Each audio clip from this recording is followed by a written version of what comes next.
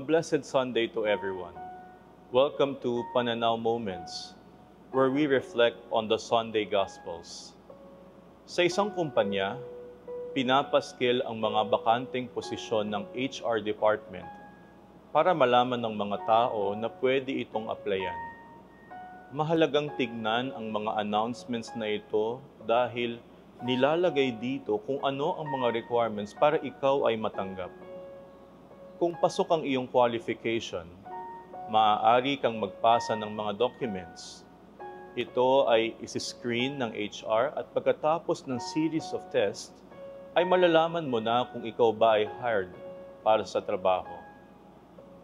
In today's Gospel, Jesus appointed 72 men, sending them in pairs, to go ahead before him in every town and place that he intends to visit.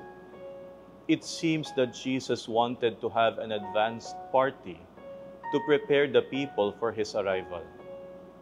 As to how and why he chose these men, the Gospel does not inform us. What was detailed to us rather are the tasks that they should do, which include bringing peace to the household and curing the sick people of that town. At sa mga nag-iisip kung anong sweldo ang matatanggap, maliwanag na sinabi ni Lord na kapag may mag-offer sa kanila ng pagkain at inumin, pwede nila itong tanggapin. Sabi pa nga niya, the worker deserves his payment. Makikituloy sila sa tumanggap sa kanila, pero he warned them, bawal magpalipat-lipat ng tinutuluyan. Nagtuturo sa atin ng dalawang bagay ang mabuting balita na ating mapapakinggan sa linggong ito. Una, mahalaga sa Panginoon ang mga kasama niya sa pangangaral. Pero mas mahalaga para sa Kanya ang mga bagay na kanilang dapat gawin. Minsan naiisip natin, gusto nating sumunod kay Lord pero qualified ba tayo sa Kanyang mga mata? Hindi ito ang tanong actually. Ang mas mahalagang tanong ay kung ikaw ba ay bukas sa grasya ng Diyos upang ipakilala siya sa iba. Mauna ka at ihanda sila sa Kanyang pagdating.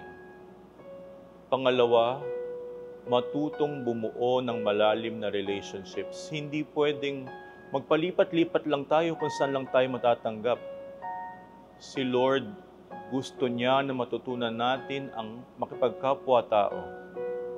May mga kailangan tayong gawin, yes, ngunit ang pinakamahalaga ay bumuo ng mga malalim na koneksyon na magdadala sa atin sa Diyos.